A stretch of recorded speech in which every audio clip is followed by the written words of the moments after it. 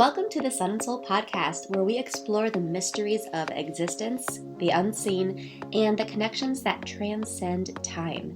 In today's episode, we're diving into one of the most fascinating and thought-provoking topics out there, reincarnation. What if our souls have lived before in another time, another place? And what if the clues to these past lives are hidden in the memories of our children? We'll be looking at the groundbreaking work of Dr. Ian Stevenson, a pioneer in the study of reincarnation. His research includes thousands of case studies of children who recall vivid, often verifiable details from lives they've never lived, at least not in this lifetime. We'll uncover stories that will make you wonder, is death truly the end or just the beginning of another journey? So sit back, open your mind, and join us as we explore the possibility that who we are is shaped by who we've been before. Let's get started.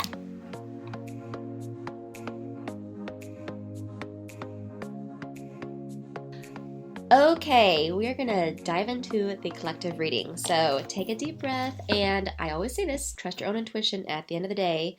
But I think that this is going to really hit the nail on the head for someone. Maybe a lot of you, but this is an important message today. And this is what we're dealing with the energy of the week going forward, okay?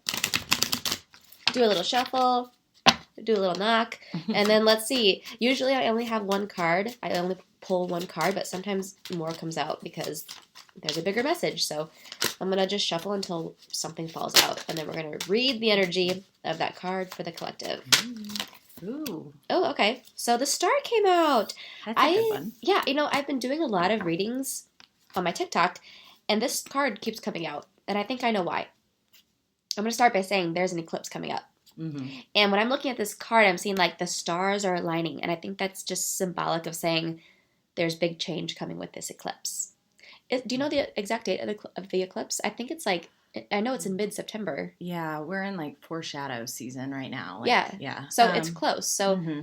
I think that's why this is coming out now, because everyone listening to this, I think it might be happening during the week. Yeah.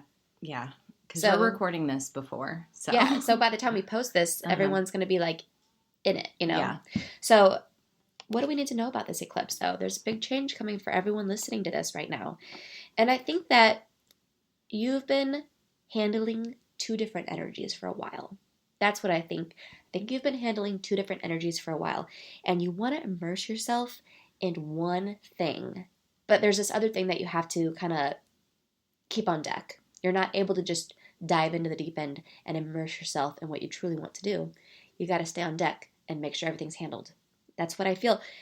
And I think that with the eclipse, it's going to shed some perspective and insight into what you're truly wanting, why you're truly wanting it, and if it is in fact what you're truly wanting. Yeah, if you're listening to this on Sunday when it comes out, or the week that we post this, I looked it up, it's Wednesday. So it's happening the 17th and the 18th, which is Tuesday and Wednesday. Okay, yeah. Mm-hmm. That, spot on. Mm-hmm. No wonder this energy is coming through right now. Now, I can't help but notice as I'm looking at this card, I set the deck down, but there's this card sitting faced up, and I think I'm supposed to mention this card also. It's the Emperor. Oh, underneath it's the Queen of Pentacles. I think that with this, I'm feeling teamwork. Okay? Teamwork makes the dream work. I feel like there's going to be light shed, and you're going to change your perspective of what you're truly wanting. I don't think you're going to want to jump into that deep end anymore. I think you're going to have a whole new perspective. You're going to see there's like a third option that you're not seeing. Right now, I feel like it's like you feel like there's one or the other. And this change in perspective with this eclipse, this new energy coming in, is going to make you be like, I didn't even think about that option. But wow, that is what I want. And with that newfound perspective, life's going to get a lot better. Things are going to make sense. Things are going to start clicking into place. And it's going to be good energy. I'm feeling a lot of Aries energy and a lot of Virgo energy. It could just be because these cards, that's what it represents. Also Aquarius energy. Mm-hmm. So, or, any earth sign. I'm feeling just a lot of grounded energy. Earth signs are Virgo, Capricorn, Taurus. You could be one of those signs, or that time of the year could be significant for you. But that's what I'm feeling for this collective. Now, Kelly, we kind of touched on the whole astrology thing with the eclipse coming, but go ahead and pull a moon card and let's see what we have in store for us. Full moon in Capricorn, take a reality check too. So take the time that you need. Take a reality check. Yeah. Oh, and Capricorn too, because, I was feeling the earth energy. Yeah. Yep. And just so you know, the moon right now as we're recording is in Capricorn. It's going to move into Pisces. Today we're going to be covering one of my favorite topics, reincarnation. Why I find it to be so interesting is because there has been methodical documentation done on the subject. We'll start off by talking about the man who is considered to have pioneered the research, Dr. Ian Stevenson. Dr. Stevenson's career began trying to answer one central question. Why do some people develop certain diseases or abilities while others don't? Unable to explain this through environment or heredity alone, Stevenson believed something deeper, like personality or memory transfer, could be at play. Though cautious about fully committing to the idea of reincarnation, he felt it was the best explanation for many of the cases he investigated. In his 1960 essay, Stevenson reviewed 44 cases of children recalling past lives, which grabbed the attention of the Parapsychology Foundation and led him to India, where he found 25 more cases in just a few weeks. With the financial backing of Chester Carlson, Stevenson was able to travel the world, sometimes over 55,000 miles a year, collecting nearly 3,000 case studies. His work sparked controversy, but his findings will still stand as a fascinating body of evidence for reincarnation. He referred to his cases as court, or cases of the reincarnation type. These cases follow a consistent pattern. Between ages 2 and 4, a child will spontaneously begin describing details of a previous life. This continues until about the age of 6, after which the memories begin to fade. By the age of 8, the child stops speaking about the past life entirely. Stevenson also reported other behavioral features typical for these cases. Children speak of their previous lives as if they're speaking from their own memories. Children request to go to their previous home, either to visit or to stay permanently. In the presence of persons related to their past life, children behave in a manner fitting for their previous relationship. For example, if the child who remembers their past life remembers you as their daughter, they might treat you as if they are your mother. Again, in relationship with these other people related to their previous life, children respond with emotions that one might expect from that person, such as tears, joy, affection, fear, or resentment. And finally, children show mannerisms, habits, or even skills suitable for the person they believe to be in a past life. Many show mannerisms, fears, or interests that aligned with the deceased person they claim to remember. In some cases, children even have birthmarks or congenital defects that correspond to the fatal injuries that the previous person suffered. Violent deaths are a common theme in these memories. Stevenson meticulously documented hundreds of cases where the details could be corroborated. One child in Sri Lanka had a fear of buses and water, which led to the discovery that she recalled the life of a girl who drowned after being knocked into a flooded rice paddy by a bus. Now, investigations confirmed the death of such a girl in a nearby village. A Burmese girl born without a leg who recalled being run over by a train, and a Thai boy whose birthmarks resembled bullet wounds from his previous life. But none of these are as compelling as the story of James Leininger, a young boy from Louisiana who, at just 2 years old, began recalling detailed memories of being a World War II pilot named James M. Houston, Jr. It all started with a fascination of planes that turned into repeated nightmares of a fiery airplane crash. He would scream, "Airplane crash on fire!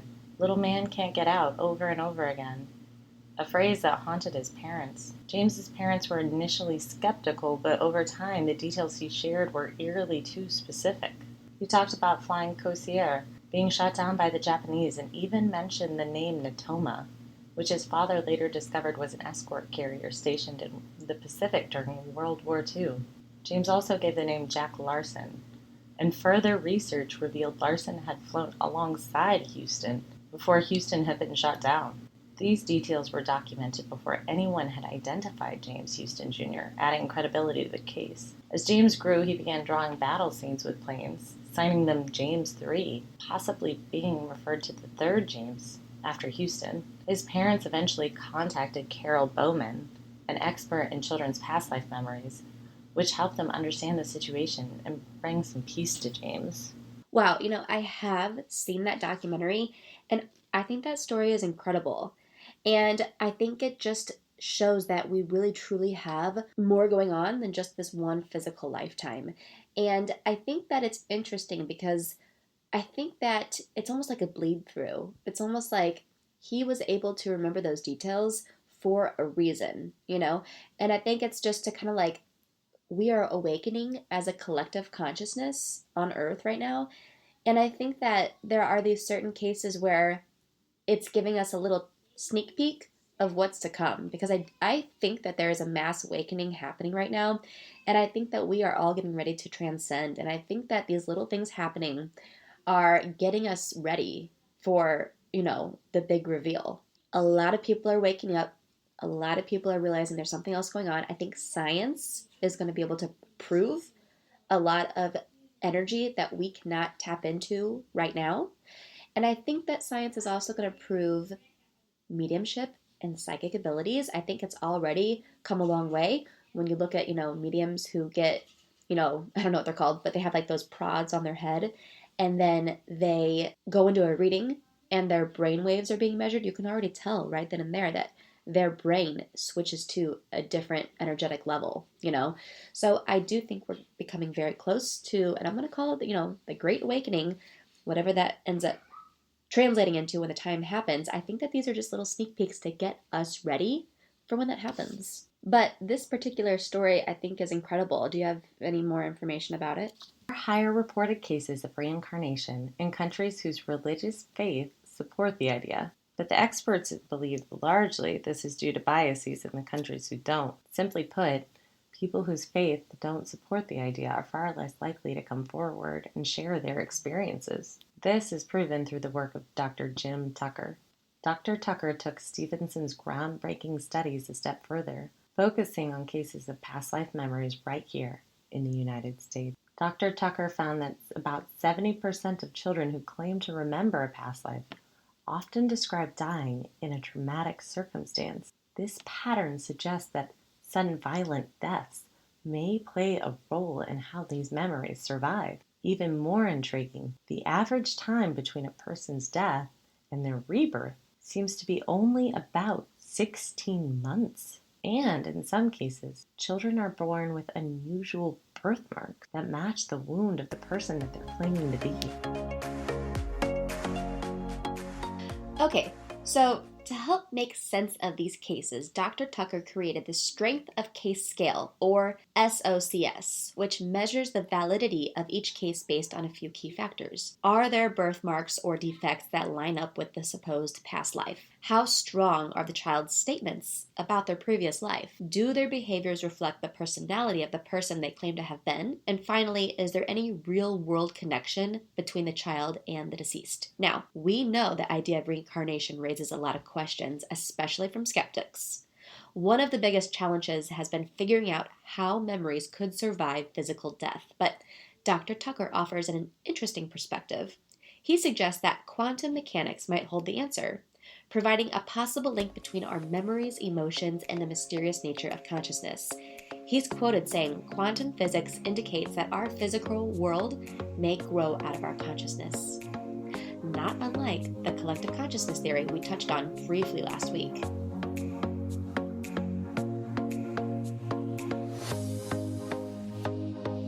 In 1979, a 2-year-old boy named Kevin tragically passed away to cancer. During his short life, he developed a limp. After a series of medical tests, doctors discovered a tumor, and a biopsy of a nodule on his head above his right ear had confirmed the worst. He had metastatic cancer.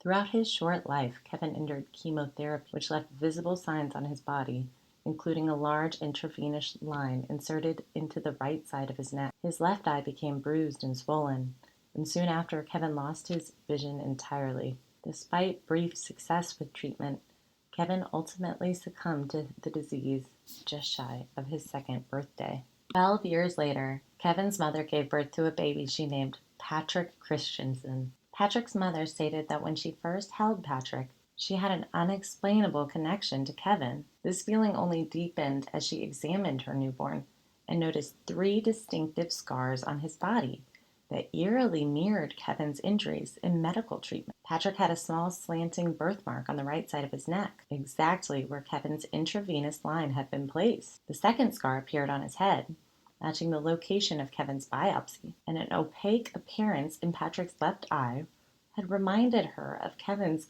glaucoma, which had contributed to his vision loss. Strangely, as Patrick grew and began to walk, he developed a limp in his left leg, just as Kevin had had. But it wasn't until Patrick began to speak that the connection between the two brothers grew even more mysterious. At the age of 4.5, Patrick started talking about experiences his mother knew he couldn't have possibly lived through. Events that mirrored Kevin's life. Patrick would ask about their previous home. He even described the house's color scheme, orange and brown, which turned out to be accurate. Patrick's most chilling statement came when he pointed above his right ear, mentioning a surgery he claimed to have remembered, even though he had never gone through one. This was the exact same spot where Kevin had had his biopsy.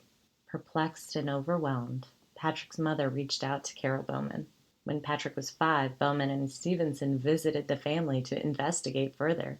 They carefully documented the marks on Patrick's body and compared them to Kevin's medical records. The similarities were staggering. Patrick's slanted neck scar, the nodule on his head, and the limp all corresponded to Kevin's cancer treatment and his injuries. Though Patrick's memories of Kevin's life began to fade over time, the scars and signs remained. Was Patrick carrying the memories of his brother Kevin? This remarkable story left families and researchers questioning the nature of life, death, and the possibility of reincarnation. Listeners might be wondering why we didn't cover the works of Dr. Michael Newton, author of Journey of Souls, or Dolores Cannon, author of 5 Lives Remembered and many other books. If you don't know, these two were both hypnotherapists who discovered that while their patients were under hypnotherapy, they began to remember their past lives. Not only that, their patients remembered what happened to them after they died. To top it off, these researchers were not working together, and they were using 2 different forms of hypnosis. Yet both of them achieved very similar results with many, many people. It's really interesting stuff we don't have time to get into today, but we want to make the time to make a whole episode dedicated to their work. Wow, this episode was incredible because I myself learned so much when doing a deep dive on this subject matter. And I know Kelly has taught me so much through the research she has done. So I hope you guys have learned just as much as I did and found it just as interesting. But with all good things must come an end. So that's going to wrap up today's episode on the fascinating research of reincarnation. But we do hope you enjoyed diving into these incredible stories that challenge the way we think about life, death, and what might come next. Now, if you love today's discussion and want to hear more, be sure to hit that subscribe button so you never miss an episode. And if you want to take things even deeper, consider joining our Patreon community. Thanks for tuning in, and we'll see you next time for another journey into the unknown. I'm your host, Brianna, and you're listening to the Sun and Soul Podcast.